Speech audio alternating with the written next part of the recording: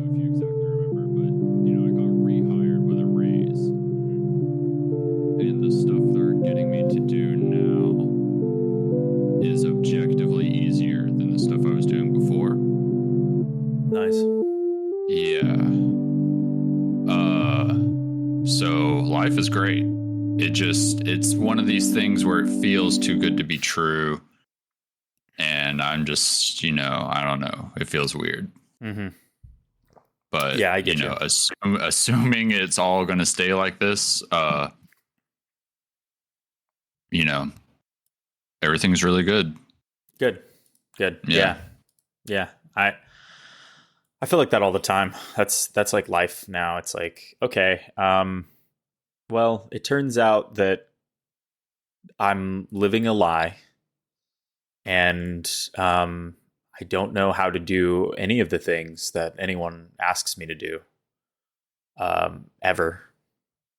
But it turns out that I came to the realization that no one does. They just pretend they do and either succeed or fail accordingly. And then move forward. Exactly. And then, on to the next thing. So that's kind of where I've existed in for the last couple of years. It's worked out. Yeah. Yeah. God bless.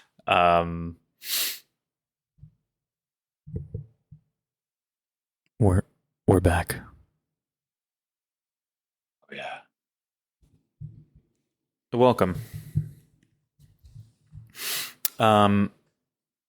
You're listening to the Infinite Scale podcast. Thank you, as always. I'm your host, William Chandler.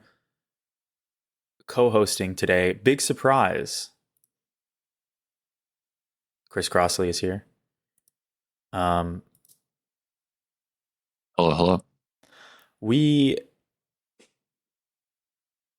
I think we skipped a week by mistake. Well, just life comes fast. I don't know.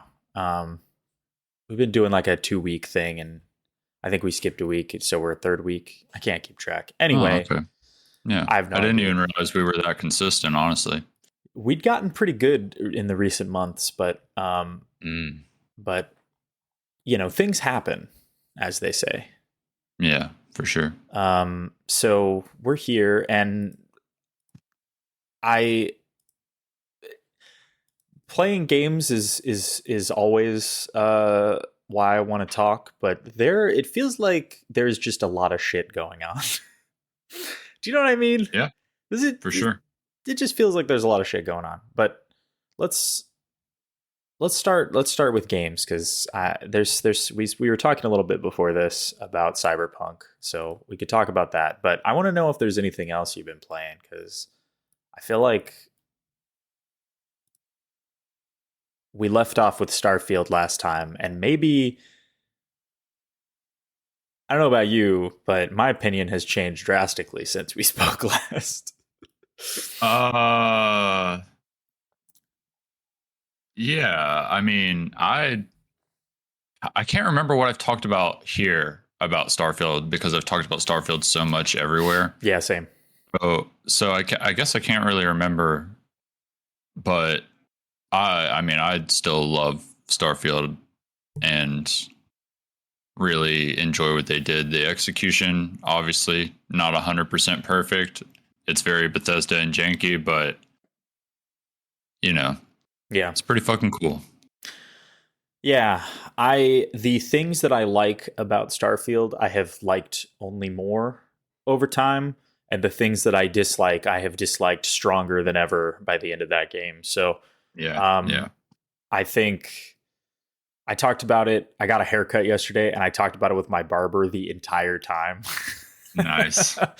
I was like, bro, we should have this guy on the podcast. While he's cutting your hair. Yeah, exactly. Yeah, let's get him in here. Fuck. But it just inspires such strong feelings from people. And this guy was like a Skyrim sicko. Like he was like I mod Skyrim and have 4,000 hours, that kind of thing. Yeah. So, yeah.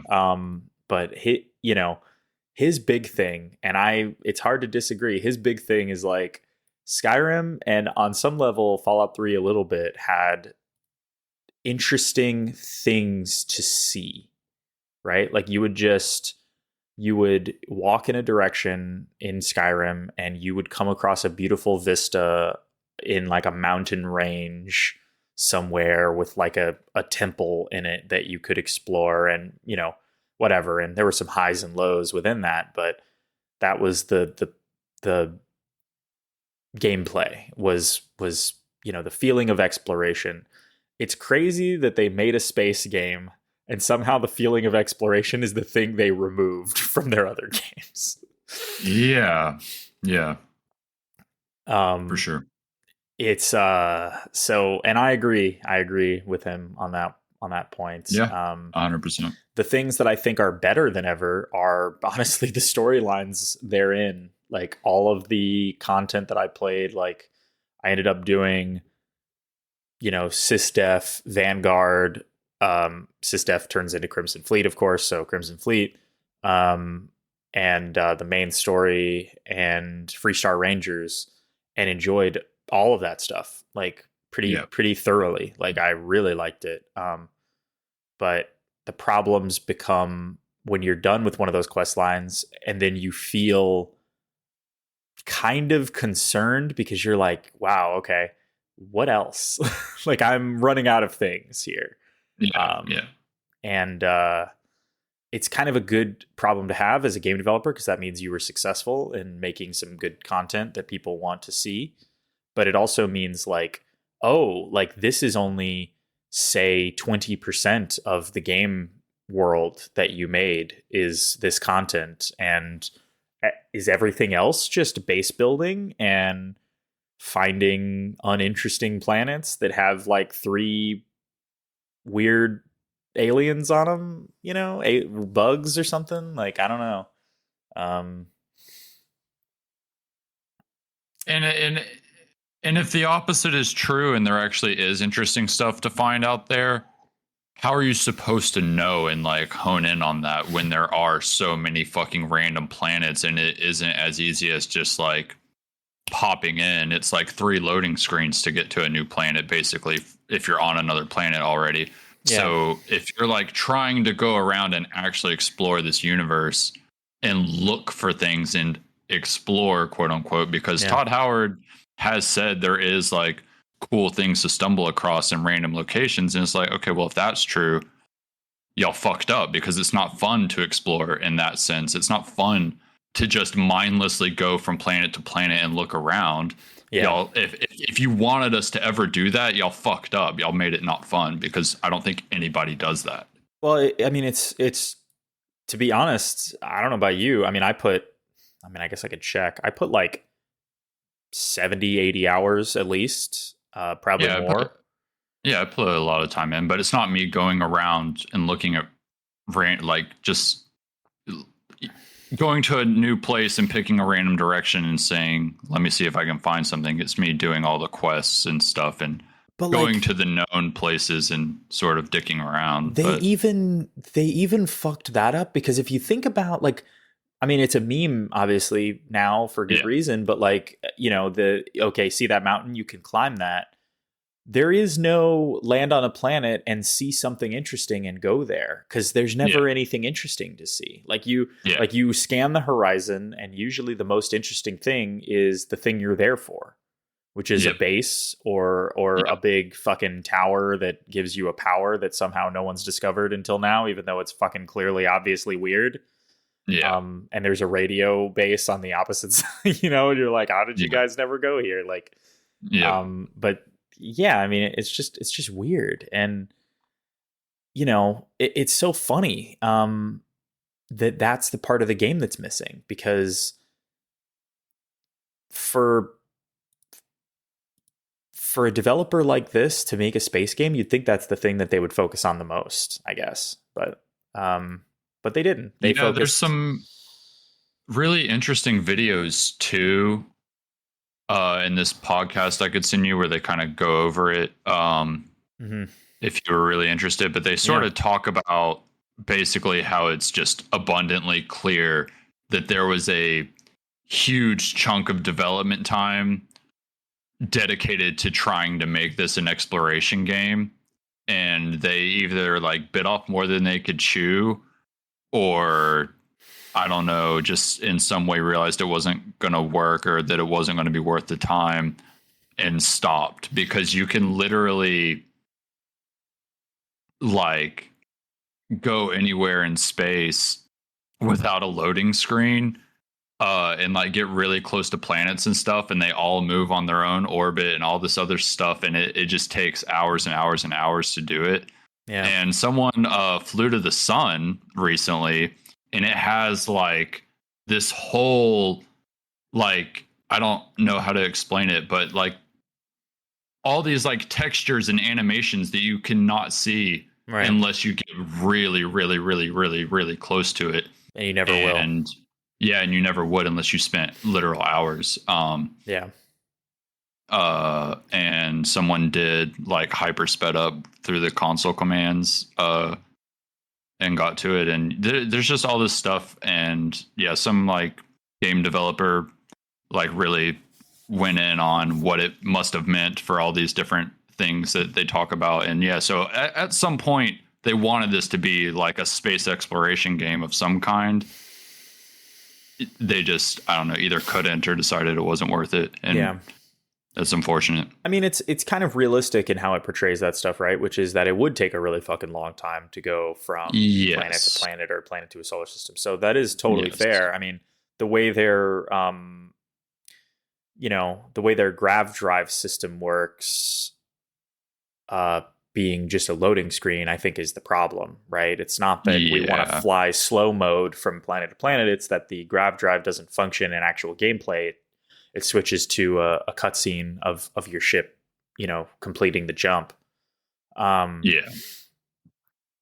So, I mean, yeah, there's engine limitations and clear, or maybe they're just design limitations, ways that they didn't really, think through when they were kind of building the basis for this game, how they wanted it to function, right? In the end. Because what you end up with is ostensibly, limited exploration, but really good authored content, I think, like legitimately. I mean, the one thing I didn't do, which I think I would do in a New Game Plus run, is Ryujin. I'm sure it's really good. I wish you would. Yeah, it's really cool. But I mean, it's a neat game world. They've written some good backstory for it. Did you do that random side mission on Paradiso where there's a ship in orbit that people keep trying to communicate with and it can't communicate, and they think there's like aliens or some shit on board? It's a ship they've never seen before. Did you do that one? That sounds familiar, maybe. I mean, I don't want to. I mean, it's not like a big. No, you can talk about it. It's I mean, as soon as you go to the ship, they tell you everything that's going on. But basically, they're like, yeah, they're like a vacation world, right? Like hyper capitalist. Like we charge people a bunch of money to come here and be on a beach, because like our whole planet is like a tropical paradise. So they're like, hey, this random ship that's just sitting in orbit is freaking people out. Can you go deal with it? So you go up there and you get on board and they're like, hey, we're the fourth or fifth, however many generations of people who have been traveling from Earth since before we invented grav drive. Like they didn't know grav drives existed. So they took off. So they've just been chilling here for a while. They've been flying through space slow mode all the way from Earth, and it took like hundreds of years for them to get finally here to this planet they had picked out to colonize back in the day, hundreds of years ago before they left Earth. So they finally arrived, and hey, there's somebody on our planet. And so they're like, you tell them, you're like, hey, at some point in the 100 or 200 years after you left, we developed grav drives and we beat you here. We got ahead of you. That kind of shit. Like it's neat.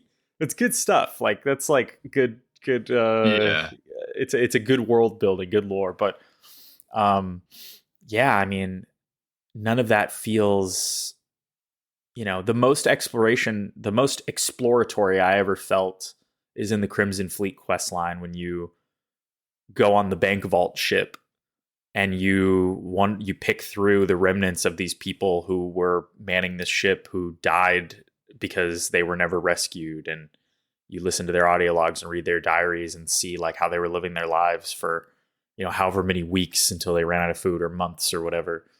Yeah. I mean, and that's like a story mission, right? Like there's no random exploration feeling. You don't feel like I stumbled on this, which is a feeling Yeah. that anytime you play a Souls game, you feel that way constantly. Yeah. For instance, or even Skyrim, Yeah, for sure. So, I don't know. And so, how did you feel about the payoff for New Game Plus? At the time, it kind of sounded like that almost reinvigorated your desires to play. Yeah, I mean, I did want to continue, but then I started playing Cyberpunk, and I was like, "Damn, this is just better." Yeah, it is. It is. But at the time I was like, that was nice. I mean, like the ending stuff they give you when you approach the Unity, the like post story stuff, I really enjoyed. Like I actually it felt really nice. Like I felt like a little bit sad about leaving it behind, which I know is what they're trying to do. Right. Yeah. And I thought that stuff was well done. So I was into it. I like the way they subtly change like how your character uses dialogue. I like, if I didn't play too much after that, but I am curious to see the subtle changes to the world and stuff like that. But yeah, I didn't end up playing anymore really, but it's the narrative, the main story narrative. This is probably the first time ever that they've had a good main story. I mean, maybe I guess Fallout 3 is okay. I mean, it's sort of just find your dad, and then you find your dad and you're like, oh, now he's dead. I don't know. But to me it was like the best main story that they've done in one of these since Morrowind, I guess. And that was nice. Like the moments where you go back to Earth and you go through the NASA stuff, and you find out that the reason the Earth's end was accelerated was all because of the grav drive development, and like it was like changing our atmosphere in ways that we didn't predict and stuff like that. Like all that shit is really cool, and I enjoyed that.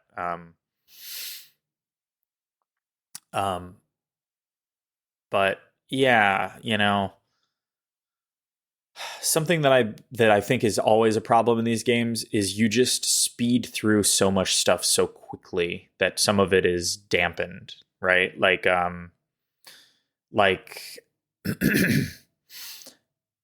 like the time is compressed in the game. Like they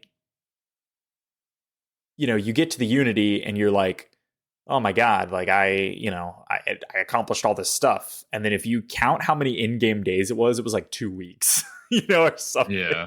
You're like, wow, this we're really efficient at our jobs here. Which is kind of weird, I guess. Yeah, it is. But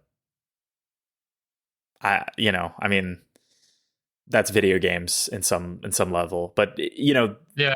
They want it to feel like a journey, but it doesn't really feel like a journey. It feels like I just got here and now I'm done, Yeah, it's literally, I remember thinking it was so fucking weird how you're just a dude in a mine, and then fucking Barrett shows up and is like, I fucking need you on my team, bro. We're doing some fucking crazy shit and you'd be perfect. And it's like, I'm literally just a miner, but all right. Yeah. And then you go, it's like all these legit ass people and a fucking robot, and you're just like, all right, I'm just a miner. Yep. And then they're all like, dude, you're the best we've ever seen. Like you're the one. Totally. You're the boy. And it's like, okay, I guess so.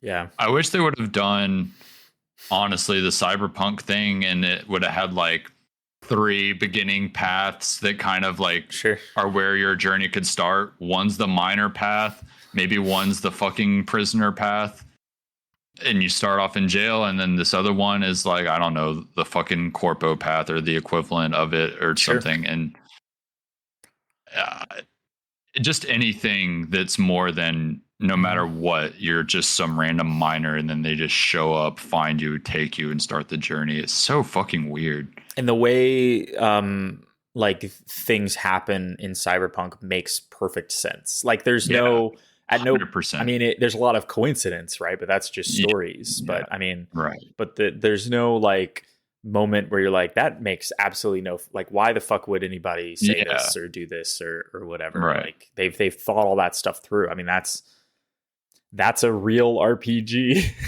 Yeah. And you know, Starfield is a sandbox, I guess. I don't know. I mean, it's a Bethesda RPG is the best way I can put it. I guess it's so true. Bethesda that it hurts. Yeah. Minus the exploration. Yeah, it's true. It's true. All that being said, it is jarring how much better of a game Cyberpunk is. It is. It's which I thought maybe I would feel that way because I did really like it even when it was new. Like I remember the year we talked about that in the podcast. Like I enjoyed it then, especially for the writing, especially for the characters. But the playing them back to back, it's so much clearer. Yeah. CD Projekt Red is just good at what they do, man. And what they do is like making you feel connected to the worlds that they create. Like The Witcher 3 was, and 2 for that matter, was so excellent at that particular thing, which is, I think that if there's one thing that's so clearly missing from Starfield, it's that connection. Like feeling like you're a part of the world, feeling connected to the things around you. In meaningful ways. Like Jackie is in Cyberpunk for charitably, like if you do what I did and you go do a bunch of side content, 8 hours, like, you know, less 5 hours, typically like 2 hours, like 2 hours, and you feel his death hard, like legitimately hard, for sure. Like you actually are sad. Yeah, especially because like just the way the game is marketed and stuff, you think he's going to be a part of the game. Even if you're thinking, oh, they're going to kill this guy from the moment. If you just think about things like that, and you're like, oh, this is definitely a character that could die at some point. You definitely aren't thinking it's going to forcibly happen at the beginning. You're thinking, oh, this will maybe be something we worry about later. But it's so good. It would be cool if they, I mean, I understand that it's core to the character development in that game, but it would be cool if there was like a Baldur's Gate 3 thing where there is some subtle way or some particular way you could keep him around a little bit longer, even if it's not forever. Is there like something to that kind of? No idea. Okay. I not that I'm aware of, but I think there might be a series of things you can do. I don't know if it's like prior or after that can imply Jackie is not dead somewhere and doing something. I don't know. I haven't looked into that too much. Yeah. So that could just be bullshit. If I knew that from before, then I don't remember it. But yeah, I mean that's cool. And in some ways, like Cyberpunk like does feel like a journey, right? Like you feel like you've gone months, years by the end of that game. Like it feels like you've earned the time that you put in, which I think is really impressive. So yeah, good game. What's your build? You started over, right? Or did you? I didn't start over. I just resumed my character, which is literally at the final mission. Like I'm ready to start it whenever. That's right. And so I loaded in and all my stuff is, reset. So since I had like enough attribute points to like fully max out any tree that I wanted, and then enough skill points to fill in whichever path of those that I would want as well. I basically just sat there for like an hour or two filling up a tree, trying out a build, and then resetting it all and trying another one. And I ended up settling with I forget what it's called, but it's the stuff where you like open the like hack screen and can like hack into people and like burn their brains and distract enemies with like the tech and all that. I went like basically all in on that, and then filled up a little bit of other stuff and is that like Netrunner or the other trees or whatever. I'm not sure. I can't remember what it's called. It's like cyberware. Yeah. Cyber some, I don't know, one of those, but yeah, that's cool. I went all in on that, and then like a little bit in all the other trees, like some of the stealth, some of the health regen, some of the something else, I don't even know. But yeah, I think if I play again, which I think I really want to, because I am basically just playing the DLC and then going to do the ending, so I really do want to do like a whole new playthrough. I think I'm going to go all in on like the movement stuff. It seems like that's what I'm doing. Yeah, it would be the way I want to play, and I kind of regret not sticking with that because it seems so fun. I'm doing reflex, pretty much min max, like all reflex. So far, I mean, I'll probably add to that a little bit later, but right now I'm doing that, and just until I can get the air dash. I want that fucking air dash, and then I'll start sick messing around with some other stuff. I think swords and shotguns, baby, they're so satisfying in this game. Yeah, like I want to like swords, but when I use them, I feel like I just get my ass kicked, and then I have to switch to a gun and blow their brains out. A shotgun seems very viable, but the sword, like any melee weapon, I haven't been able to grasp how to win with that. Yeah, it's really positioning and kind of like hit and run tactics, it seems. There's some moves that you get in the sword tree, like the deflecting bullets, and the high crit chance, and other things that make it a little bit easier to kind of like one shot people, which helps. You just have to get close, right? Which is the hard part, because they can just chew you up, especially. I don't know why I'm doing this lately, but I played Starfield on hard. Now I'm playing this on hard. I don't really know why. I was never that guy before, but I've been doing it more and more lately, and I've realized just how minimal I feel the difference. So I just kind of keep doing it. Like, I don't know. Anyway, like in Starfield, it felt like it only manifested as like the ship combat was a bit harder. Yeah, like actually a lot harder. Like I felt like I was getting spaced like instantly at the beginning of the game. I was like, holy fuck. And in this game, it's it pops up in random moments, like escaping Arasaka Tower. I was like getting my shit chewed up by the kind of elite guards, or like the cyber psychos are really fucking hard, which is crazy. I was like, what is going on here? Like, I fought the first one and she killed me instantly, and I was stubborn, so I tried a few more times, and I was like, okay, all right, I'm figuring this out now. Like, but kind of, I don't know why I'm doing that. Anyway, yes. So for a minute there, I was doing swords and I was running in, and they would just destroy me. And I was like, oh my God. And then I got the bullet deflection thing, and there's a move where if you do a strong attack, which is just holding down the attack button, right? You do one of those, you actually leap to the enemy.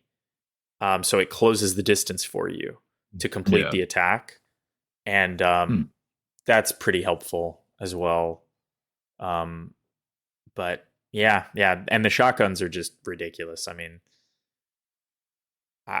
they like two-shot everything, and they have blowback. So like, even if you don't kill someone, you knock them over. So they just can't do anything. I mean, it's hilarious. That's pretty good. Yeah. So I've been rocking the sniper rifle a lot this new playthrough, and Jesus Christ, I can't believe I slept on it the whole last time I played the game, because I'm one-shotting everything, and it's so just, I don't know. I'm usually not good with sniper rifles, but I'm like headshotting everyone, and it's so satisfying. Yeah, I was using those a lot of my first playthrough. I was like a suppressed sniper rifle, like sneaky guy, and those were really fun. I could like take out entire crowds of people without anyone knowing where I was. Yeah. Shit like that. It's pretty good. Yeah, it's it's funny. I think a lot of people, I don't know if you've seen this online, but people are talking about how different the game is now. Like how much better it is. And I don't even really feel that way. I think they just removed all the things that were really bad about it. Like the skill trees mainly needed the rework really bad. Like I think that stuff was bad the first time around. And the bugs are all fixed. Other than that, I think same the fucking game is better, but yeah, it's still just what it was before, which was a great video game. Almost fell out of my chair. How could you? I know. Yeah, no, I mean, I haven't even noticed the cop stuff really that they were all talking about. Like, the like increased activity, or yeah, I've kind of noticed it. Okay. Yeah, I've kind of noticed it. Maybe I just haven't played enough yet, but it seems pretty similar to when. I mean, I guess I just notice a lot more cops just kind of wandering around, like in general, like just on foot. Like, they're just out there. But okay. For me, there's like always, anytime I'm going anywhere, there's always altercations happening, I guess is the best way I can put it. I guess you're right about that. Yeah, I did notice that too. So I wasn't sure if that was what it meant, or if that was just also happening by coincidence or something. So you're doing Phantom Liberty then? Are you almost done? Or I feel like I have to be getting close. I feel like I'm at least over halfway done for sure, but maybe I'm only like halfway. I don't know. I don't think it's very long though. So how much Keanu is in that? Do you want me to say? Well, I mean, like it takes place during the game, so I assume some, but I'm just curious if they got him back in to record a bunch of lines or. Yes. Okay. But it's. Okay. There's some things going on I can see. All right. Yes. I didn't realize it was going to be like that, I guess. So that's interesting. Yeah, but they definitely got Keanu back, but there's something interesting with that whole thing. Oh, okay. Weird. Yeah. All right. Yeah. Cool.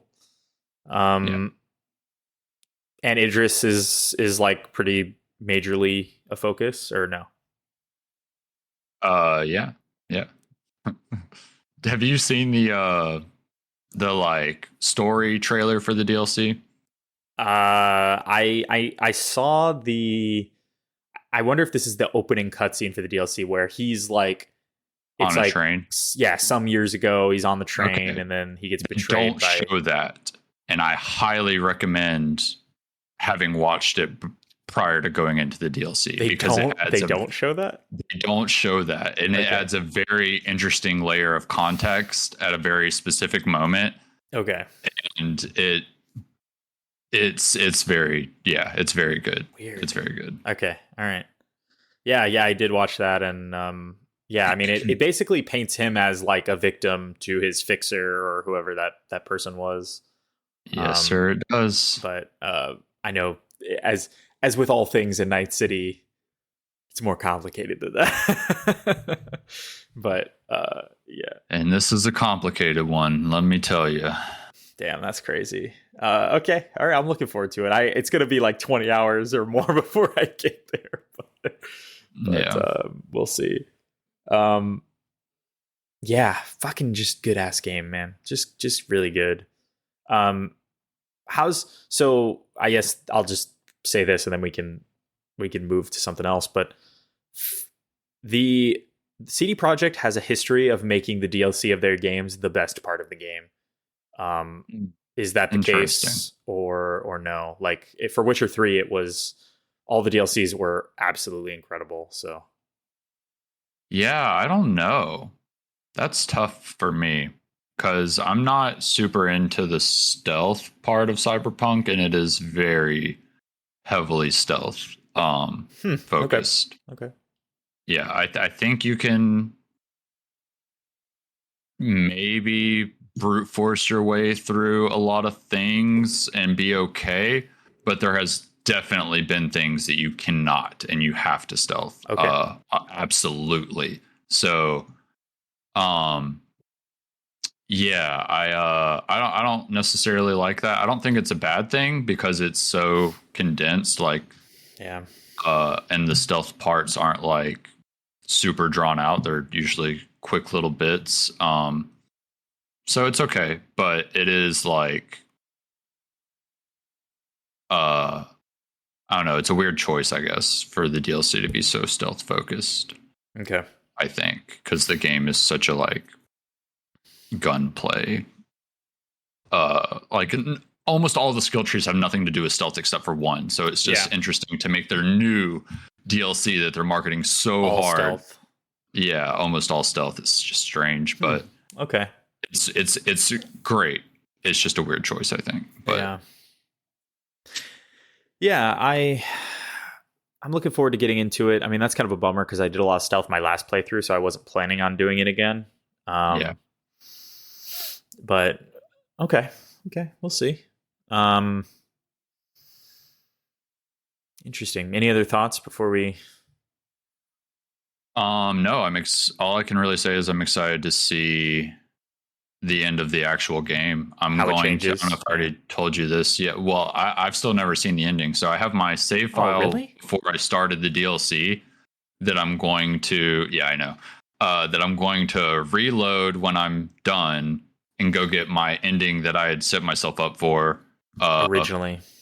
Yeah. And I don't really know honestly what's going to happen at all. I know that I've had some very specific dialogue with Johnny that I don't really trust him or what is going to happen there, but we're going to see what's going to happen there. And then I've aligned with like Panam's crew that is like outside the city, and they're going to help me during the final mission. So that's what I've set myself up for. We'll see what happens and what choices I can make. I have no idea, literally. And then I'm going to load my file that's beaten the DLC and get whatever new ending I can from that as well. And then debate maybe a new character. We'll see. It's a long game. So doing all that and then doing a new character will be a lot. But you do that. How many times have you played Elden Ring now? Yeah, exactly. We're playing games. I do it like breathing. It's not for me. I knew if I picked up my end of game save and just did the DLC and then did there was no way I was going to play through the whole thing again. And I really did want to see what the changes were like. So, yeah,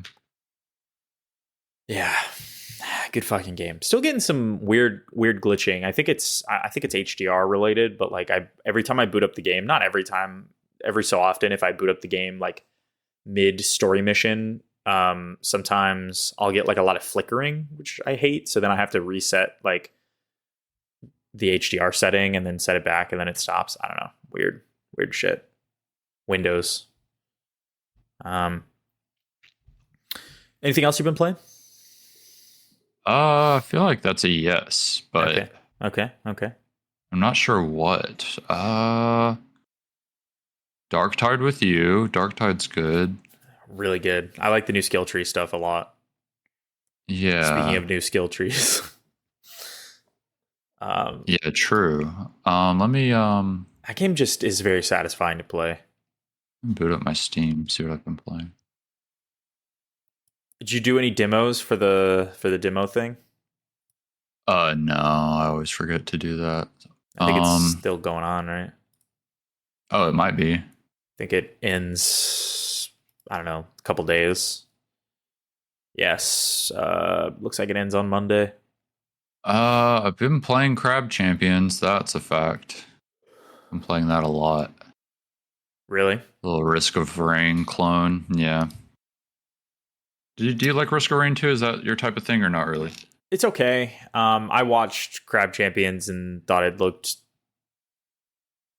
not that fun for me, but yeah, it's just Risk of Rain 2, but with crabs. Yeah. I respect the vision. Yeah. I love horde mode type stuff. That's really all it is, Yeah. mixed with like roguelite elements, and yeah, I fuck with that.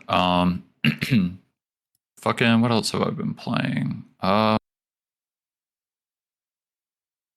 It's like right on the tip of my tongue. I tried Lies of P. I got to the first boss and I beat it first try, and then I got to like the Firelink Shrine of the game, and I just kind of wasn't feeling it. I don't know. Really? I don't know if I'm just not in the mood for like that kind of game or what, but Yeah, I just was not feeling it. And then Jerry and Merced have been playing it a bunch. Merced already beat it. I think Jerry did too, actually. And they both love it. And I'm just, I don't know. It's weird. Merced has like become no desire to play it. Like the Lies of P guy. Yeah. It seems like every time he keeps asking me if I've played it. And then, he just seems to really like it. So I mean, that's cool. If it's good, I'm happy to give it a shot. I just installed it last night, so I was going to try that. I also I played a little bit of Forza last night as well, just like a couple hours, and that game is pretty fun too, actually.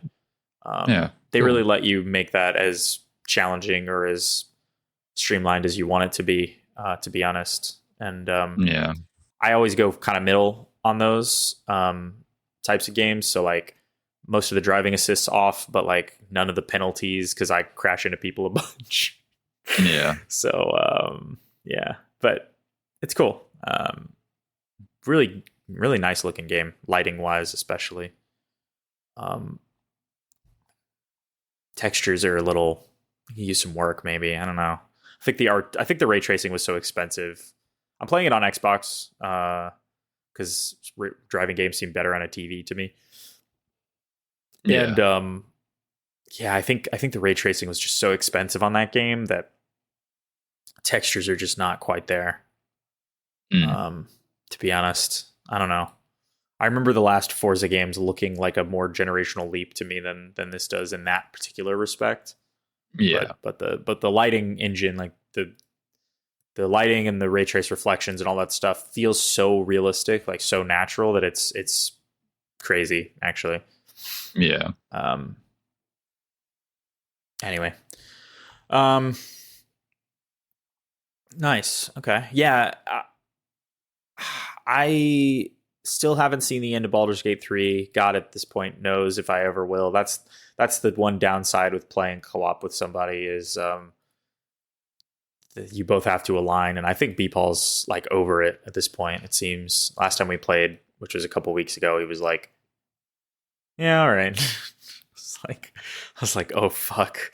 My save file is held hostage. That might be a thing where I just have to in a year or so go back through and do it myself or something. I don't know. We'll see. But yeah, I still really want to play it too. I was talking to Jerry recently, seeing if he wanted to, and he said he was kind of down, but then we both realized we wanted to play Mario, so we were just going to buy that instead next week. Is that next week? Yeah. Holy shit. Opting out of Spider-Man and picking up Mario instead, like the Nintendo cook I am. How many players is that game? I think it's like 4 or maybe more. Shit. At least 4. I might drop in, drop out for some of that with you guys, if that's cool. Yeah. I feel like 100%. I feel like have you been paying attention to it or not at all? I know nothing. So I can slip you a 5-minute video after this podcast that'll, I think, either show you it'll tempt you the same way it tempted me, or you'll be like, nah, fuck this. Interesting. Yeah, I mean, I haven't played, like, I consider this a sequel to the new Super Mario Bros. Games in my mind, and I haven't played one of those since. Do you know when the last one was? It was well, they did a re-release on the Switch, but excluding re-releases, it was the Wii U, right? This is the first new one in, I think, at least 10 years. It might be more than 10, but yes. Really? Yes. Huh. It's 2023. Okay, yeah, I guess you're right. And the Wii U was like a 2012 console, I guess. Was it a launch title on the Wii U? Or was that a re-release also, the Wii U one? Can't remember. Okay. Now I'm looking it up. But so there's Super Mario World, and then I think one more after that, and then this one. And World is like Super Nintendo or some shit. Okay, New Super Mario Bros. U is November 18th, 2012. I don't know if that counts as like a... I think that's unless that was a re-release of like a Wii game. But if that is the most recent, then even that's 11 years. Yeah. New Super Mario Bros. Was originally a DS game? I guess I didn't know that. Or forgot I didn't that, know I that guess. either. Yeah, I had no idea. So, and then they did a Wii one. So the DS one was 2006. The Wii one was 2009. Then they did 2012 for the Wii U, and then that was it until the re-release. Yeah, and this game genuinely seems like a lot of fun. I played that last one that was on Wii U with like my roommates and stuff. We just kind of fucked around, and it was an okay time.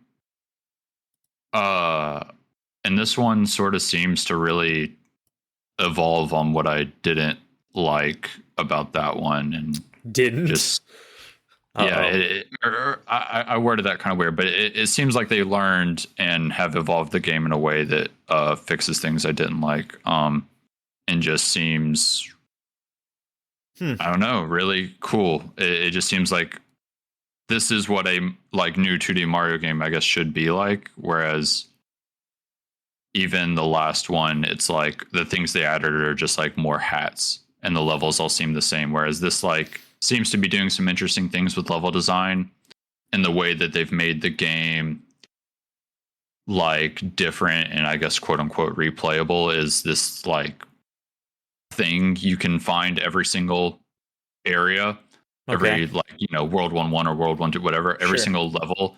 There's this thing called a Wonder Seed you can find, and it essentially is this thing that completely changes the level and is different every single time. So like one Wonder Seed could make the whole level like an underwater level now. This other one like makes this stampede of like rhinos come, and it like changes the whole level and all this other stuff. There's just all these different effects. There's one that like makes it like a stealth mission where you're all Goombas and you have to hide from these things that eat Goombas and like stealth your way through the whole level. It's all these different things, and I think they've boasted there's like quite a crazy insane amount of possible Wonder Seed like effects, and all these just different things like that keep the game different and fresh and constantly changing. I'll give it a shot, really, I guess. Cool. I mean, it's different. I think I haven't played a 2D Mario game in so long. I think I'm just ready again. You know what I mean? Like, yeah, that's where my head's at. But what you just told me is kind of like, I don't want to say concerning, just strange. But that's interesting. I think the little 5-minute video I sent you put it into better perspective. Okay. It looks really fucking cool in my opinion. Interesting. Okay. All right. Yeah. I mean, I'll check it out. I think I'll have my Switch with me. Oh fuck! But what day? It comes out like on Friday, right? Yeah, Friday.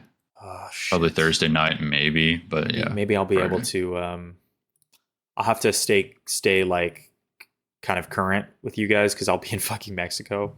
So maybe I'll be able to download. I wonder how does that work if I want to download that game while I'm there, or what if I preload it and then I go to Mexico? You can probably preload it if you pre-ordered it. That's how most Switch games have worked. I don't think this would be any different. Interesting. Okay. You know, this is like an aside, but something I want to talk about. This is kind of news, but did you see how the PS5 port of Red Dead Redemption got a 60 FPS mode? Yeah. After people complained. Okay, but here's the fucking problem with that shit is none of the other platforms have that mode, including the Xbox Series X backwards compatibility, which was previously the best way to play that game. So only PS5, and it was a full price port, wasn't it? It was like $40 or $60. It was like $40, I think. Yeah, 40. something like that. So like, if I want to play that game at 60 FPS, I'd have to fucking buy it on PS5 and start over. I'm like 20, not 20. I'm 10 hours into that game on fucking Switch. I don't want to fucking start over, dude. But I want to play. I want it at 60 FPS. That sounds definitely superior. That fucking makes me no really shit. angry, dude. That makes me really That's angry. so fucking funny. I was like, there's no way they're gonna fucking update this game In to other 60 news, FPS, and they fucking did. PS5 Slim, LOL. Oh yeah, yeah. I guess we can talk about that. Yeah. What you go? You go. Tell me what you think. I'm glad it has extra space. I'm glad it's what is like the 2 extra inches space? shorter. I actually don't know. It's a terabyte instead of 500 gigs. Wait, was it not always? Is my PS5 not a terabyte? Yeah, it wasn't a terabyte. Are you sure? Really? 100%. Fuck. Okay. Sure. So that's the coolest part about it, honestly. I personally am not interested. I'll be more interested when they release a bigger PS5 that's more powerful with 3 terabytes. Yeah. And it's twice as big and fucking roars. Like, that'll be the one I want. Smaller and stuff is cool, but interesting. Yeah, I'm not particularly interested. No, not me neither. I'm glad that they're not releasing a Pro right now because I feel okay with the amount of power that these new consoles have. I feel like developers still haven't really gotten to grips with it and aren't using it. So to me, that isn't the issue. The issue has been like, just games coming out that really take control of the full suite of tools we have now, like with DLSS and FSR and all these things. I fully agree. Just in terms of a product and what would interest me, I guess, is a newer, more powerful with more space would be the one that would appeal to me, as opposed to the more space but smaller size. That's cool. Yeah. But yeah, it's just whatever. Have you seen well, I guess here's this. What do you think about the fucking detachable disc drive? Or attachable, I guess. It's kind of a neat idea, I guess. Yeah. It's just an interesting choice. Yeah. It leads me to believe, really, like, if they did do a PS5, is this, or a PS5 Pro or some kind of half-step console, or, I mean, whatever, even the PS6, are they going to just start doing more of this now, modularity, right, with consoles where you can kind of alter things as you choose. That was my take, is that moving forward, they'll potentially do this. I guess we'll see. They might just go all digital next, honestly. Yeah. I mean, that new Xbox console that leaked as part of those files during the court case. Did you see that? There was like a circle or a cylinder, I should say. I didn't see the shape or anything. Oh, yeah, it's a cylinder instead of a big fridge, big mini fridge, and a different trash can size. Exactly, and it looked good, but yeah, no disk drive on that thing, which was interesting. Yeah, I don't know. I think there's the whole thing with physical media leaving Best Buy stores, although they did clarify and say they'll still keep selling physical games. But that story came out a few days ago, and people were like, what's even the fucking point of Best Buy anymore? Which is like, dude, what's been the point of Best Buy for like the last 10 years? I mean, you really want to go into a Best Buy just to buy your video games? Fuck no, man. That place is miserable. Like, all physical media stores, GameStops, Best Buys, Targets, going into them now, I feel like I want to die. Like, they are the shopping malls of this generation. Yeah. Like they suck. They're dead. They suck. Yeah. It's an unhappy feeling. So yeah. Yeah. Like, compare that to, like, I have local game stores here that I would much rather go into. Like, video games New York is a fucking wonderland. Such a beautiful place. You walk in, it's such a shit, like it's a terrible fucking place. Like just piles of shit everywhere, and I love it. It, you know what? That is okay. Um Physical media stores need to go the way of the like random fucking shitty bookstore of today. You know what I mean? Like that every physical media store just needs to be that. Like just dusty, just piles of shit that you're like digging through. You're like, what even is this? Like they sell coffee in there for some reason now. You know, like it's just when we reach post-apocalypse, that's just how it'll be. So, oh yeah, for sure. Yeah, that's every place in Cyberpunk is like piles of shit everywhere for some reason. Yeah, very true. Anyway, I think the last thing we'll say about the PlayStation brand right now is, did you see that the pre-orders of the controller with the screen in it, the PlayStation Portal, are like selling out everywhere? You see that? It's no. kind of shocked by that. On Twitter I kept seeing people saying that they were like I don't know, let's go to everybody's favorite store, Best Buy, and see if I can get a PlayStation. It doesn't count if Sony's buying them.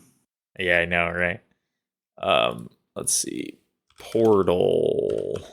Will it even come up if I search Portal? Okay, it does. Okay. I can still pre-order it. It says it will ship on release day, or I can pick it up on release day at Atlantic Center, which is a place I do not want to go to.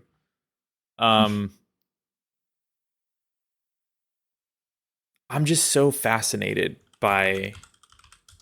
I really, like, when this thing comes out, I want to see how people are using it. Like, I want to see all the videos, and because, like, I mean, maybe there's a secret thing about it that makes it so fucking amazing that I just have no idea, but I don't know. Yeah. On GameStop, you cannot pre-order it right now. You know what I can't pre-order and I really want to, and it makes me sad because I'm probably going to have to pay a lot of money for it, is the Sora amiibo. It's very hard to find. I'm looking it up right now.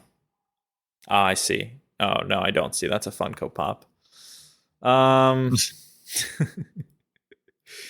Sora amiibo. I bet you could get it in oh, it's not even coming out till next year. That's probably why they just don't have a date for it yet. No, the pre-orders are all just sold out. Yeah. Oh. They like went away the moment they went live. You could probably go to the New York like Nintendo store and get one. Yeah, you could do that for me. You're right. I appreciate that, bro. I'll let you know when they come out and you can fucking go. Dude, I made the mistake of going into that place on like a Saturday. Oh my god, I wanted to die. Like, it was just so fucking crowded. Yeah, and like it's almost like you live in New York. I know, but like the thing is that, I mean, that's true. But like the thing is, I mean, it wasn't like there was anything happening. There was nothing happening, and there was no new release game or anything. New release. Yeah. It was just a random Saturday. People were just lining up to buy a shitty polyester t-shirt with like Mario on it. And I was just like, none of this stuff is even cool. The coolest shit was the coffee mugs. They had a bunch of really good coffee mugs and the plushies, dude. They had a Bob-omb plushie. Jennifer doesn't even like video games. She was like, should we get the bomb guy? I was like, kinda, but I don't want to wait in line to check out. Yeah. Like, y'all have a Pokemon Center in New York, right? I have no idea. Do we? I want to say that's the only one in America currently is in New York. And if y'all do, you know, I don't like to tell people how to spend their money, but there's currently a very exclusive box of Pokemon cards that is theoretically still available at physical locations. You could call ahead probably and find out. And I guarantee you, you're like gonna 2x or 3x your money if you buy one and just hold on to it for like 6 months to a year. I do this a lot. but it sold out online. Oh, okay. They closed it. Oh, wow. Get fucked. Yeah, they closed it. I don't know when, but Probably COVID. oh, I see pictures of it. It looks quite nice. Oh, It was. actually, I think this is the building where the Nintendo. Oh, they turned it into the Nintendo store? Yeah, I'm looking at the layout. It's the exact same. So it must be that building. Like Oh, the staircase is in the same place and everything. right. Yeah. Um, Okay. holy shit, this looks like it That's closed interesting. a long fucking time ago. Yeah, if the Nintendo store replaced it, then that's absolutely true because that's been there for a while It now. closed in Like, 2014. yeah, that's what I was gonna say. I think the Nintendo store's been there since the Switch. So Wow. Yeah, it's the same exact spot for sure. That's interesting. gotcha. Yeah. Um, hmm, cool. Yeah, man. It's such a depressing store in there too. Like it's not what you expect from Nintendo. Um the way like there's some cool stuff in there like the way they display all their consoles in like a glass case like they have every Yeah. console in like a I've beautiful always thought that was cool. Yeah. whatever, but like it feels too much like a GameStop in there. It's all cheap fixtures, all the merchandise is really cheap and shitty. They Oh, really? have absolutely no like stuff that feels special. Like there's nothing in there that you're like, I couldn't get this anywhere else. You know what I mean? Like it's actually really depressing. I went in there and I was like kind of judgmental because not for children. Like if you're a child, you're like, wow, a shirt with Kirby on it. Like of course, Yeah. but like, dude, It sounds like a tourist trap it then, if it's is. all cheap and And yeah, and just like if you're an adult and you're in there excited to buy that shit, you have a mental illness. That's I mean, it's there's nothing about it that feels premium or special or interesting, which is something that I feel like Nintendo as a brand has started to lean towards in recent years where like right. a Yeah. lot of their stuff is like, I don't know, just nice. I mean, the Switch is like a nicely designed console. It feels good. It's, they're trying to like I don't know. I mean, they have a history of good design and Yeah. nothing about the store like none of the products seem well designed or well made or anything like that. Like Yeah. it actually made me sad. Like I went in with Jen and I was like I mean the Bob Bomb, was a funny joke. I mean, it was a cool pillow. You could get like a fucking huge one that would like take Oh up your yeah. whole couch. You know what I mean? Like that shit's hilarious, but also like it's really expensive. Like they Yeah. don't make it's like going to Disney. Like they don't make that stuff, to be This was sold. about to reference was Disney. Yeah. Yeah, that's the thing. Like Disney's the same way, but Disney on some level does understand that there is a premium line, I guess, of some of their stuff. Disney's Like quality bar is high. Period. it can be. It definitely can be. Yeah. I Yeah. mean, they'll sell cheap shit, but also they have a line. They'll like you go to Disney, you go to the Star Wars area, and they're like, these are the nice lightsabers, right? That cost real Right. money and feel good, and they're Right. like movie props and whatever, like that kind of shit. Um, Yeah. but yeah, I don't know. There's none of that. There wasn't even the option for any of that at the Nintendo store, which was a real shame. Right. Gotcha. So, It'd be really cool if they like also sold old consoles there. I was thinking Even though that. that's not like a feasible thing for them to do, that would just be a really Yeah. fucking awesome thing for And them to Nintendo one day doesn't start give a doing. shit about No, their like they're like, here's our old consoles, but yeah, they don't they're really like they don't care. anti-game preservation. Honestly, it's pretty Yeah. fucking tragic. Yeah. Yeah, I got that analog pocket and I haven't been using it because I don't really have any games that I'm like super excited to play on it, but Yeah. when I next time I go to Video Games New York, I want to get a copy of Advance Wars. That's I think where my head's at. Did that ever come out on Switch? Did that happen? Yeah, it did. Did you get that? I didn't. I mean, maybe I should just do that. I just don't like the art style. Oh yeah, that's right. They They changed it. changed it, which upsets me. Yeah. But Yeah. otherwise, I'm sure it's a fun game. I mean, yeah. Anyway, um, in other news,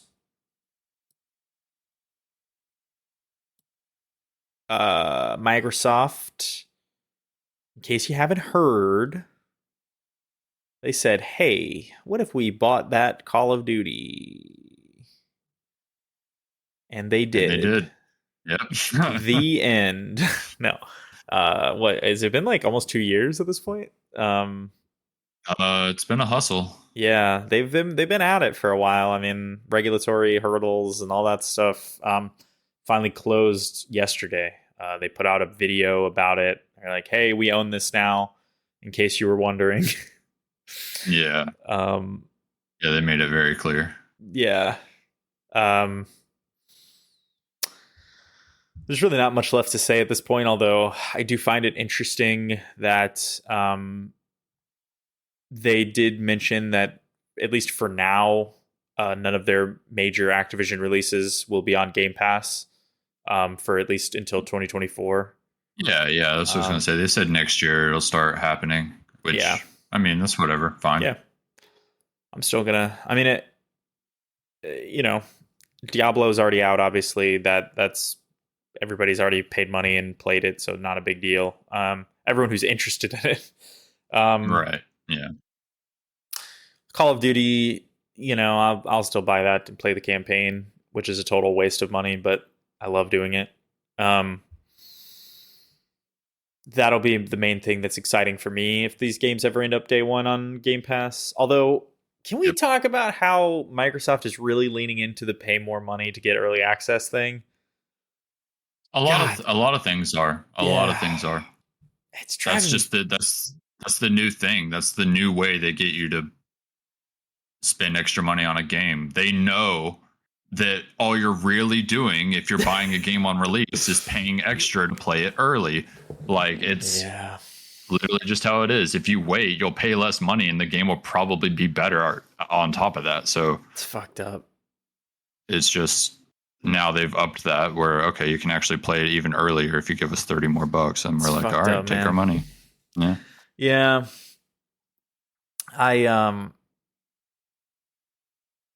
Shit.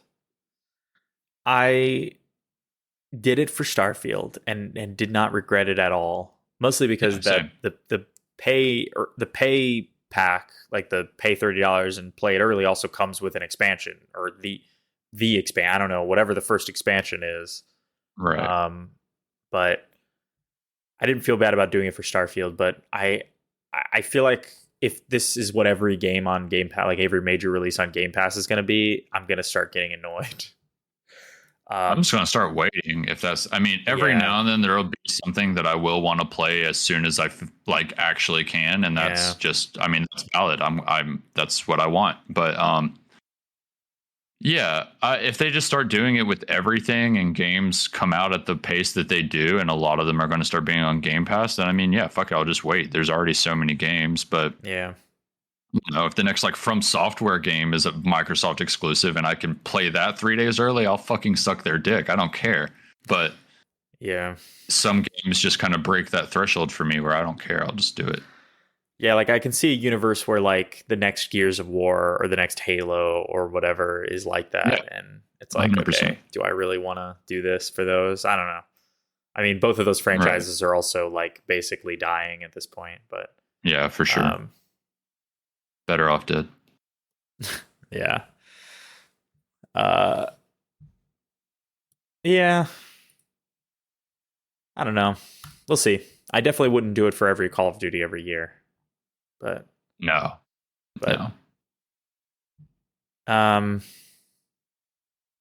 Okay. Yeah, I mean, I think I'm excited to see what happens with the development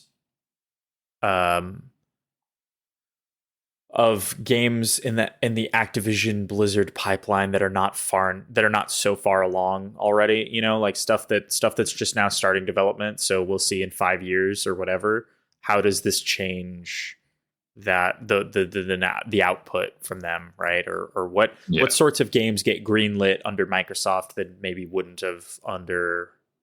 That's what I'm excited to see is what Activision IP that have been sleeping for ages are going to come back now, because it's not going to all be about Call of Duty.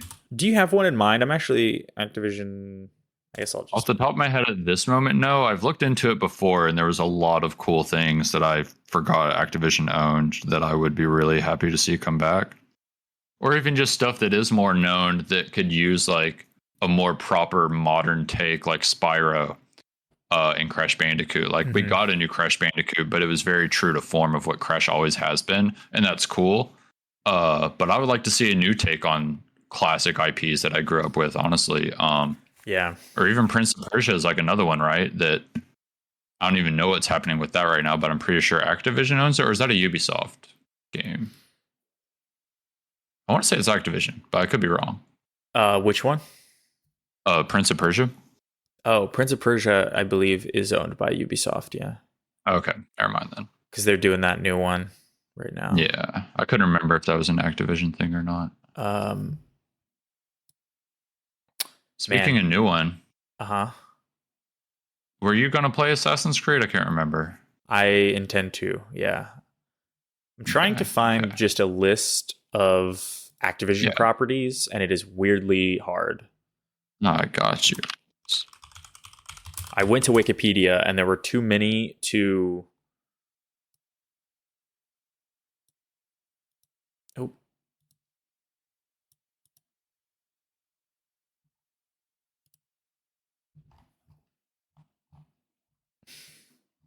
Oh, I see what you're saying. That's funny. okay. Here we go. I found just a list on denofgeek.com.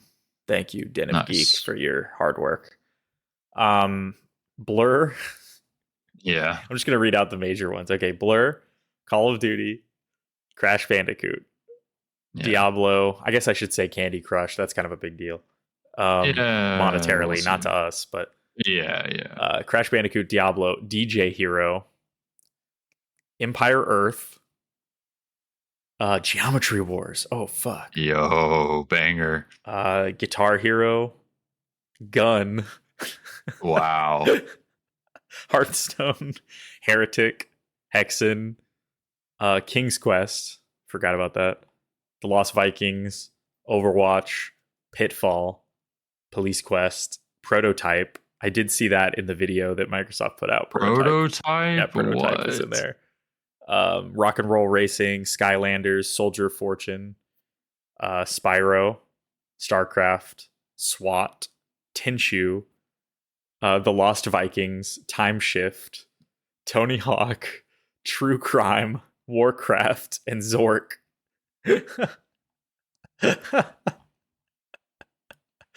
Fucking Hmm. Zork.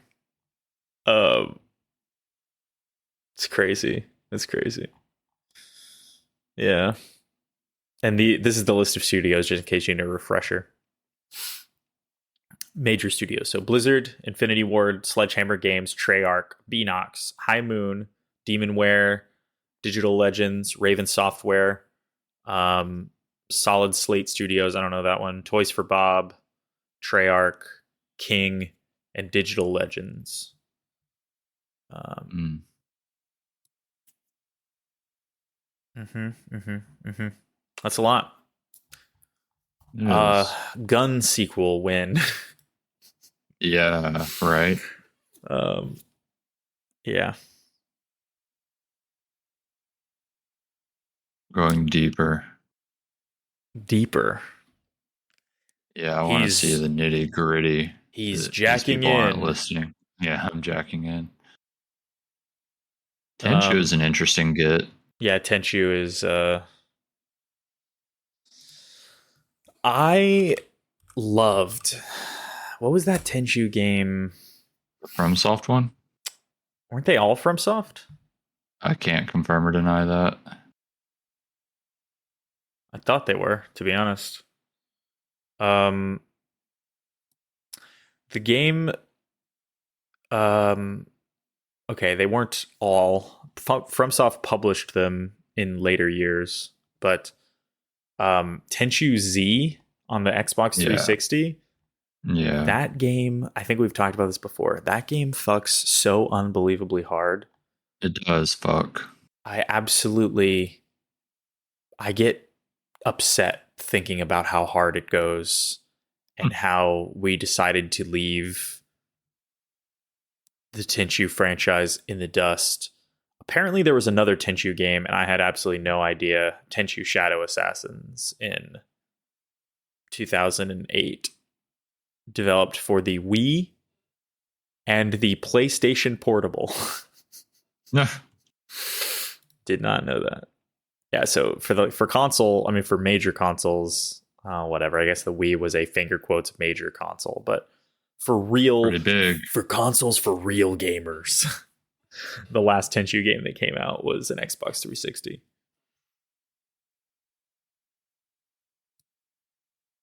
Yes, it is, honestly, all the cool stuff they have.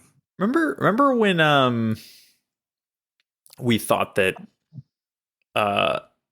or I think we talked about this. Remember when everybody thought Sekiro was a Tenchu game? Yeah, I do. Like or Bloodborne. The announcement. Well, yeah, but the announcement trailer came out and it was like very vague, and people were like, "This is a Tenchu game." Probably could have been. Yep, I remember. Probably should have been. Nah. I would have liked it more.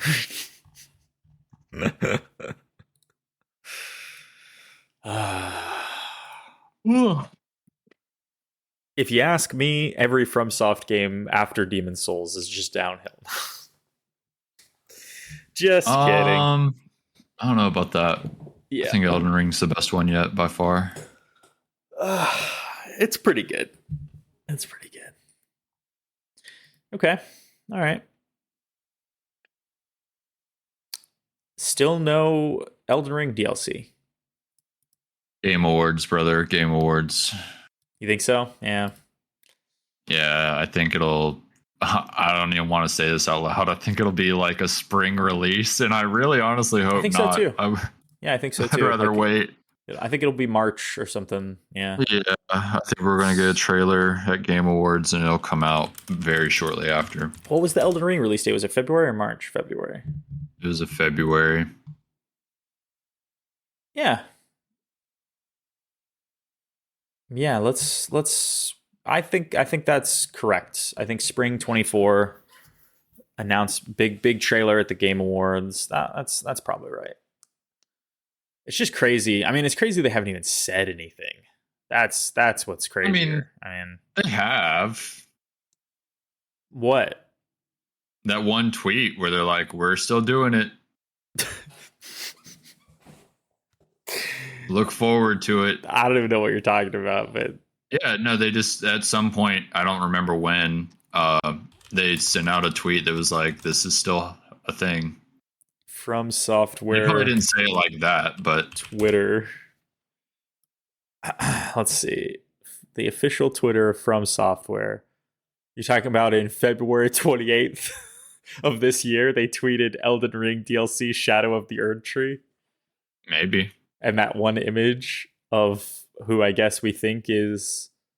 There wasn't another tweet that was just saying something about how the development was going or something like that? Did I make that up? I haven't. I'm on the Twitter account. I don't see anything. Shame.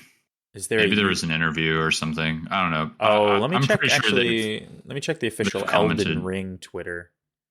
Yeah, I'm pretty sure someone on the team or Miyazaki or whatever has commented on the DLC since then, but maybe I'm just mixing up games. Yeah, maybe there has been no post on the Elden Ring Twitter account after February 28th, 2023. God damn, dude, they're working hard. They don't even pay social media when they're working. They're just like, you're fucking let go until further notice. No, they're like, we need you all hands on deck on this code base. Get in here. The only, and then From Software, the only tweet they've done since then has been Armored Core release date. So, what a world. Yeah. Yep. What a fun time it is to be a Souls fan. Dude, we could just play Lies of P and Lords of the Fallen until then. Come on, man. We got all this good shit we eating, boys. Merced, after I had like told him what I told you in this podcast, where I was just like, yeah, I don't know, I just wasn't really feeling it. I just think I'm not in the mood for this kind of game because I've been playing like Starfield, No Man's Sky, Cyberpunk. Those are all first-person shooter, like kind of RPG-esque, right? So, and that's what I've been itching to play every time I come home. I'm like, I want to play something like that. So I was just telling him, yeah, I just think I'm not really in the mood for it. Like, beat the first boss and got to the Firelink Shrine and didn't want to keep going. Like, I don't know. And his fucking response to that is he sends me a meme of it's the game cover of Liza P, but then at the bottom it has From Software's logo on it. And then that's it. And he's like, there, I fixed it for you. And I'm like, literally go fuck yourself. You're the fucking Sekiro cuck. I'm the one that likes stuff like The Surge and shit like that, and like vaguely enjoyed Mortal Shell and other things. So it's just like, fuck you. I like non-From Software Souls games. God, you fucking sick son of a bitch. Name one you've played other than this one. God damn it. That's so funny. Yeah. His ass. Yeah, I mean, it is silly how much he liked it. I feel like I need to play it just so I can talk with him about it, because I need and he to played know. Armored Core. That son of a bitch. He did, that's right. Yeah, he did. I need to, yeah. I mean, hey man, he's got a lot of time on his hands.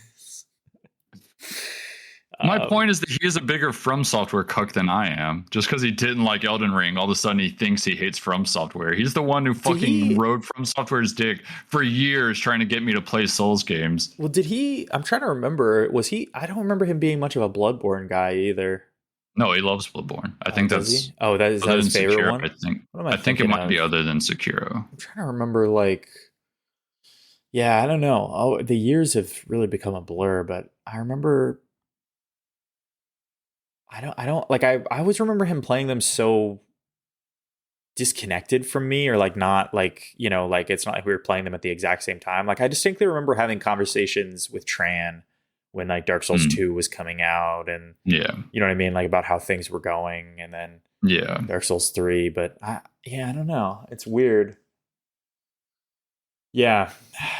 Man, it fucking, you know, speaking of Souls likes ish, I guess, but where the fuck is the next Hollow Knight game? What is up with that? Unity. Is that for real? Yeah, it's made on Unity and they're going to have to start all over. I'm not even joking. Well, they reversed all that. Yeah, I guess we didn't even talk about the Unity shit. Yeah, it's a whole thing to unpack, and I mean they reversed all that though. I saw. I mean, not they all of better it, have a lot of it. Yeah, from what I understand, it's still. I mean, I don't know how much you've looked into this, but the stuff they're even talking about doing isn't even fucking technically possible. They're just boasting a bunch of fucking bullshit, and I don't know. Fuck whoever the fuck pulled that trigger. I mean, they have a bunch of investments now. It's how business works, right? So like you stay a medium size, like owned, you know, all the founders and the actual people who operate the company owned company for however many years. What? Sorry, I'm gonna send you a podcast that I think you should listen to if you're down, where it really fucking explains a lot of this stuff. And I mean, honestly, I was pretty ignorant to like the real situation, just like what I've read in articles and stuff. And I mean, what are doing or were trying to do or are claiming that they can do is just straight up illegal. You can't do the things they're talking about doing. So it's shitty in like every possible way. Them wanting to... They need to evolve their business and make more money in some way. That is just true. And I hope they figure out a way to do it, because Unity isn't necessarily something I want to see go away. But whatever they decided to try and do is extremely fucked up. And that's the issue. Like, not even just like, oh, they're going to impact the devs in this financially like insane way, but just the things they're talking about doing and the ways they're talking about like observing data and tracking all that stuff is like very, very illegal, and I think just not possible. Illegal in Europe, not here. But yeah, I mean, it's because they want to track installs, right? That's how they were planning on charging people is by install. Which when they made the original announcement, they didn't even go into detail on how that was going to be possible for Because it's them or not how it was. possible. Yeah, so like they were talking about doing self-reporting, or whatever from devs, which is like, okay, well, they're all just going to lie. I mean, or whatever. But devs can't track that either. Like the Well, ways you obtain that kind of data is not possible or legal. Well, It's not. You have a general idea of how many installs you have from Steam data that you get as a developer, right? You don't get exact like by the hour, No. Updates or anything like that, but you get a vague notion of, okay, this is how many people purchase my game, this is how many people are playing it. Installs, no. Installs Right. is impossible to track. Well, yeah, because I mean, DRM kind of tracks it because it has to phone home and get a key every single time you boot up the game, right? So there are ways, but it's just none of it is with the purpose of tracking installs. It's other functions that just happen to give you an idea of how many people are playing your game, right? Like that's the thing. That's why people hate de novo DRM so much, is because by forcing the game to contact a server and get an authentication key, you get an idea of the number of users you have and things like that. You get an idea of their data. People think it like backdoors your system. Or like Valorant, like that Valorant anti-cheat system. Dude, that shit is dangerously in violation of privacy and things like that, because it messes with, so many aspects of your system, in terms of, attempting to prevent anti-cheat measures by being a program that launches when you turn your computer on, not even when you start the game, right? Now, whether it works is another discussion entirely. Maybe it does, but it's just interesting. So yeah, I would like to listen. I'm curious to hear their take. It's very informative. And I mean they're I don't know officially what they've said or gone back on since, but I mean they have to do. It's just there's no way they're going to shoot themselves in the face even more than they already have if they try to commit to anything they've said in any capacity. It's just literally not possible. But anyway, I hope that Hollow Knight then is back on track, and we'll probably see it next year, from what I understand. Same with Slay the Spire 2, which I know you don't care about, but they they made a very funny public statement about the whole Unity thing, and we're going to have to start over. So I hope they don't have to now as well. Yeah. I can't believe, I guess I just didn't know that Hollow Knight was on Unity. That's pretty interesting. Yeah. Yeah, it is. It is. Yeah. Yeah. Tragic. It's interesting. I mean, there's people, like I've seen the people who are the most pissed off about the Unity stuff, developer wise, kind of, at least talking about, the new changes are understandable with the revisions that they've made. So they're kind of on board with it now. The distinction kind of being that, the revenue, required to hit these new tiers that would really affect your business. They've moved the limits around a little bit. So like, kind of like how Epic does it, where like, okay, we don't start really taxing you on the engine, until you hit a certain amount of revenue annualized, right? So like, okay, that kind of thing is valid.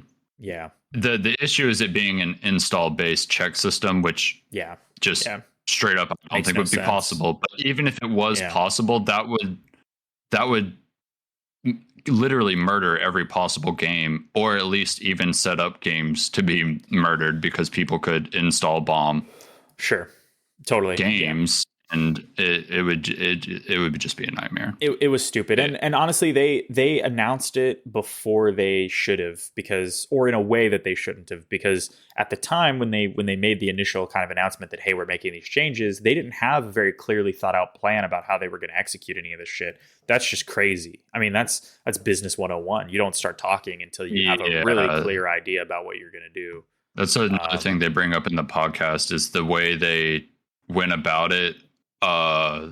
it seems like someone really jumped the gun without any actual, like, let's say without an actual official decision being made at the company. It's like someone announced this thing was happening before it ever got like finalized, which is also just fucking so stupid. Yeah, very fascinating, honestly. Like, never seen a brand implode so totally overnight. Because like Unity was always viewed as the lesser of the evils, right? Like, not a huge corporation, not, certainly not Epic's massive size and scale. And the dude, I always forget, Tim Sweeney from Epic has just been saying like the most fucking insane shit lately. He just goes on Twitter all the time and embarrasses himself by being catastrophically wrong about things. So you think Twitter will ever be called Twitter again? No, but it will in this house. I've never ever called it the other thing, and I never will call it the other thing. So it is Twitter forever. Congrats. God bless. And people will, until I am old and gray and don't matter anymore anyway, people will know what I'm talking about when I say Twitter. That is for fucking sure. So, it's fucking ridiculous. You know when you get emails from Twitter, it says like in the email line, it'll be like from X parentheses formerly Twitter or whatever, which is just fucking hilarious that they even have to do it to themselves. Yeah. I don't know. Well, okay. My internet went out there for a second. So nice. Yeah, I saw you freeze up and I was like, maybe I'll just stall long enough. Yeah, well, your recording is you stalling. My recording is me going, I don't know if my internet froze or yours, but we'll find out soon. That's fine. Yeah. We'll we can realign. Cool. That's actually probably, I guess unless you have other things you want to. No, we've done the thing. Yeah, I agree. We have done the thing indeed. Now I feel like I need to play Lies of P, so thanks for that. I'm going to do that now. Yeah. Let me know who's right. I have a feeling I already know. Is it me? Yeah. I don't see. I mean, even if I do see it through, I don't see how it could be as good as. I don't know. Maybe it is. You know what? I should be more open-minded about it, but. Yeah, I think you'll like it. I genuinely just think I wasn't in the mood for that type of game right now. Yeah. I've been very much playing first-person shootery type stuff. For sure. Yeah, that is, I guess, the bigger thing is like I just also enjoy playing Cyberpunk right now so much. Yeah. It's ridiculous. All right, man. Yeah, dude. Good chatting with you. Thanks everybody for listening. Be back in a couple weeks. Have some more thoughts about Cyberpunk probably, and maybe some. Are you gonna play that fucking thing that just came out? What's it called? Lords of the Fallen. You gonna play that? No, probably not. Okay. All right. Maybe I'll take. It'll be on a service one day. That's probably true. Maybe I'll take one for the team on that. Like during the Steam sale, the winter Steam sale, it'll go down to like $30, and I'll just be like, all right, fine. Yeah. I don't know. One of us, one day. All right. Peace. Peace.